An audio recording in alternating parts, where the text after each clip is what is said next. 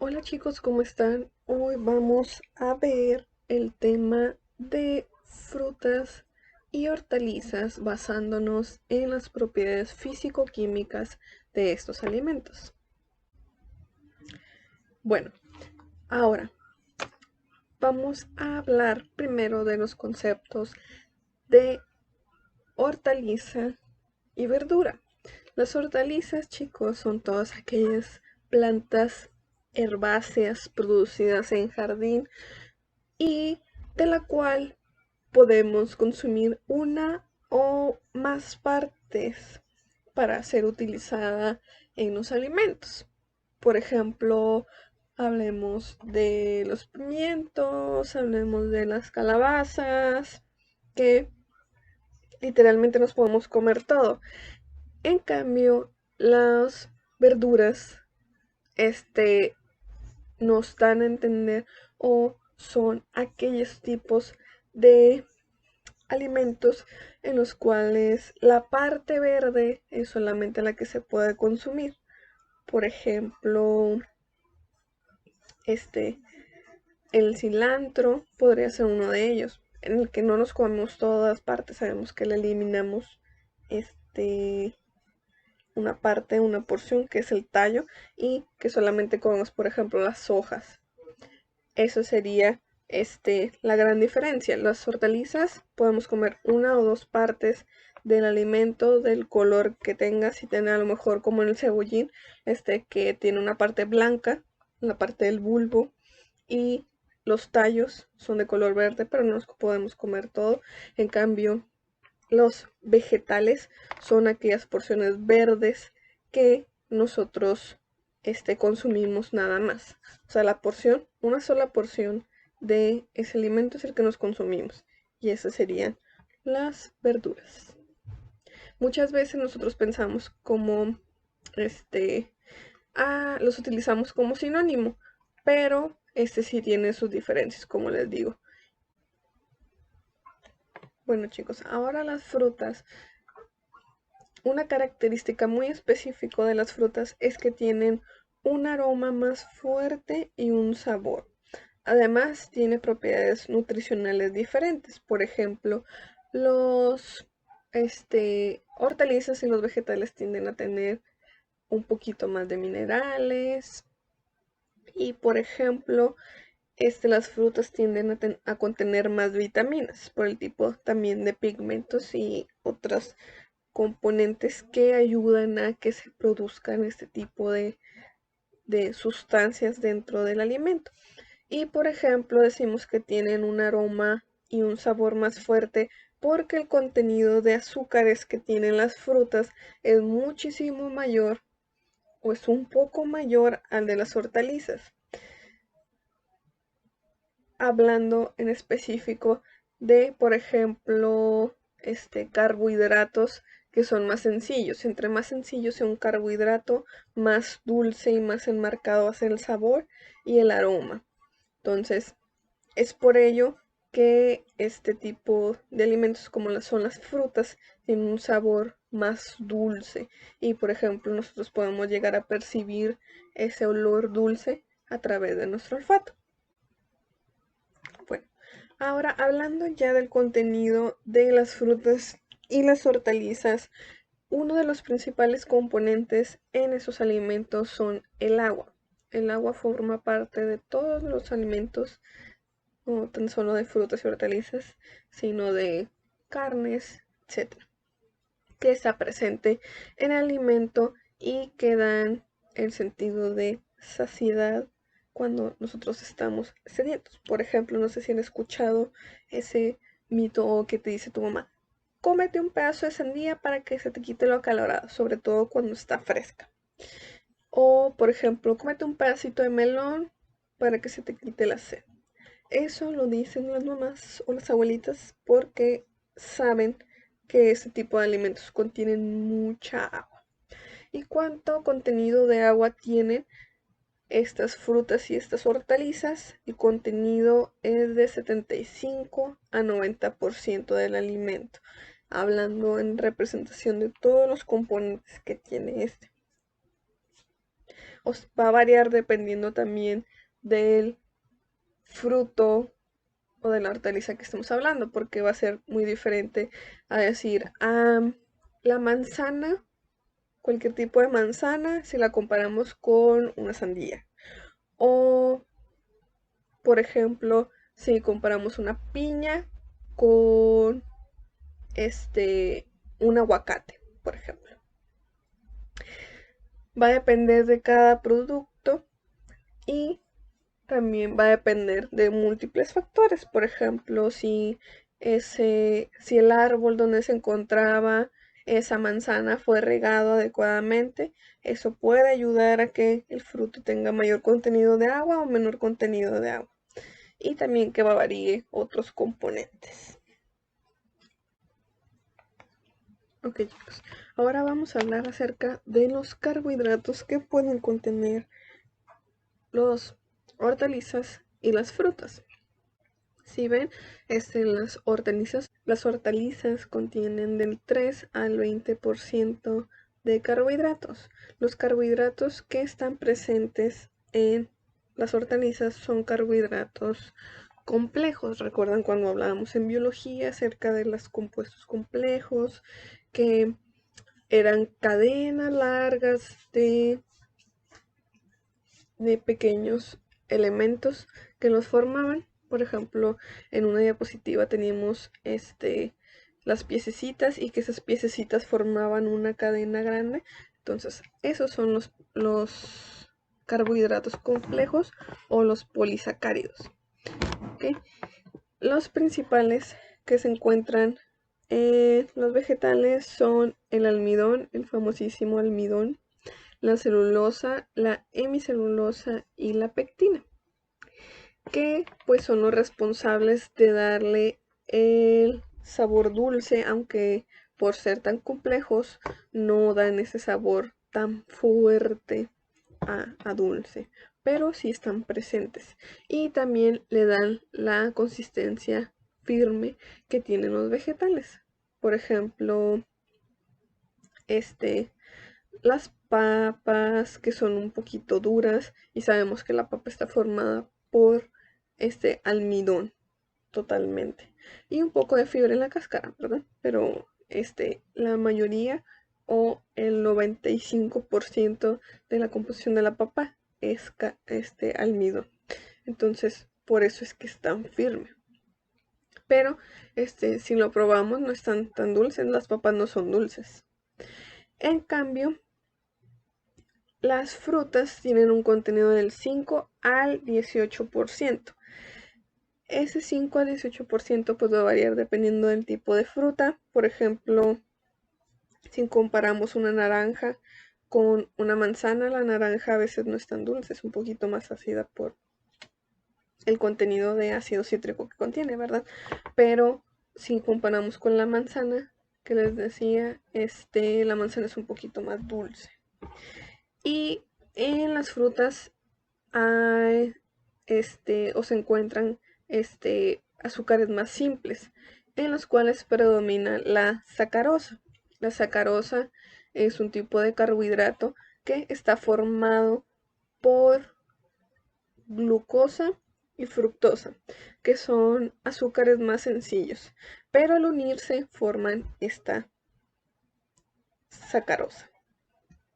Dentro del contenido también de las frutas y las hortalizas están las proteínas. En cambio, miren, si observan los porcentajes de las proteínas en las frutas y las hortalizas es muy poquito. Tenemos en hortalizas 1 al 5% y en las frutas del 0.1 al 1.5%. Se preguntarán por qué. Porque el mayor contenido dentro de estos alimentos es agua y son carbohidratos. Es lo que principalmente nos aporta. Entonces, las proteínas básicamente en frutas y hortalizas pertenecen al tipo de proteínas que producen cambios como el ablandamiento del tejido, o que ayudan a la putrefacción de el vegetal. Hay muchos tipos de ese tipo de enzimas, por ejemplo, las que provocan oscurecimiento, las que provocan, como les digo, ablandamiento del tejido, las que ayudan a que con ese ablandamiento los componentes se vuelvan muy sencillos y terminen descomponiéndose. Entonces, tenemos un ejemplo a continuación. Las proteínas que ayudan a esos procesos de degradación de los alimentos que se encuentran naturalmente en el producto se llaman enzimas. Esas enzimas, ya habíamos hablado un poquito acerca de ellas, son las que ayudan a degradar, a cortar y que son muy específicas. Hay un tipo de enzima que yo creo que la mayoría estamos familiarizados con ellas, que ayudan al oscurecimiento de frutos. Por ejemplo, la manzana, a hortalizas como la papa, el aguacate, que es muy común que nosotros partamos un aguacate y lo dejemos ahí y se ponga oscuro. O una manzana que si, por ejemplo, yo me la estoy comiendo y me pongo a hacer otra actividad, dejo mi manzana ahí y se empieza a oscurecer. O por ejemplo, la papa, que le quitemos la parte de la cáscara y si no la colocamos en agua, se empieza a hacer cafecita. Ese oscurecimiento que ocurre es responsabilidad de una enzima que se llama polifenol oxidasa. Esta polifenol oxidasa lo que hace es que al ponerse en contacto con oxígeno del exterior, provoca este oscurecimiento. Genera una reacción que entre ella y el oxígeno que produce la tonalidad café que nosotros podemos observar. Y pues también con ello genera otro sabor. Por ejemplo, quien no ha probado el aguacate fresco así, que todavía está verdecito, y luego prueba el aguacate cuando ya está café, tiene un sabor muy diferente. Y, por ejemplo, el típico consejo de la abuelita, agrégale limón, mijita, al guacamole para que no se haga negro. Eso se debe a que, por ejemplo, en medios ácidos, esta enzima deja de actuar. Y, por ejemplo, también genera una capa de protección para el aguacate, porque, por ejemplo, si le agregamos ese limón, el oxígeno que está en el ambiente no va a interaccionar con esa enzima, entonces no va a producir la reacción. Y, por ejemplo, les mencionaba de la denaturalización. Cuando ocurre esta denaturalización es que la estructura principal que tiene ese enzima o esa proteína, que es una enzima, cambia. Entonces, al cambiar, ya no puede generar esa reacción. Las grasas en los productos vegetales y las frutas son también en un porcentaje muy menor. ¿Okay? Los vegetales o las hortalizas tienen un contenido de grasas del 0.1 y el 0.9%, mientras que las frutas contienen 0.1 a 0.5%. Principalmente este tipo de grasas son muy sencillas, son ácidos grasos que se encuentran libres en el producto y pueden ser, por ejemplo, en las frutas, son el ácido palmítico, el oleico, el linoleico y algunas ceras, por ejemplo, naturalmente en algunos productos, por ejemplo, silvestres que conozco que producen ceras es la bebelama, que es como una uva muy oscura que se consume para la sierra o el lado donde hay mucho monte, como le dicen, en Sinaloa. Y también hay otro tipo de fruto que es silvestre también que conozco y que se llama ubalama, que también naturalmente produce esa cera. Y esa cera sirve como medio de protección, no solamente para protección solar, sino también para muchas especies como plagas que puedan afectar. Y también en la industria utilizamos cera, por ejemplo la cera que se le coloca a las manzanas. Pero naturalmente, como les digo, en algunos frutos como la bebelama y la uvalama se pueden encontrar naturalmente. Una parte importante o que nosotros buscamos, por ejemplo, en las frutas y en los vegetales, es que nos suplan de vitaminas y minerales que son necesarios para nuestro cuerpo, para el metabolismo. Por ejemplo, buscamos mucho que el calcio, el potasio, que dice la abuelita que para los calambres, y el calcio para la regeneración de huesos, etcétera. La vitamina C para que no te dé gripe, etcétera. En las hortalizas podemos encontrar minerales como el potasio, el calcio, el sodio, el magnesio y las vitaminas que están principalmente en los vegetales son la vitamina C y el complejo B.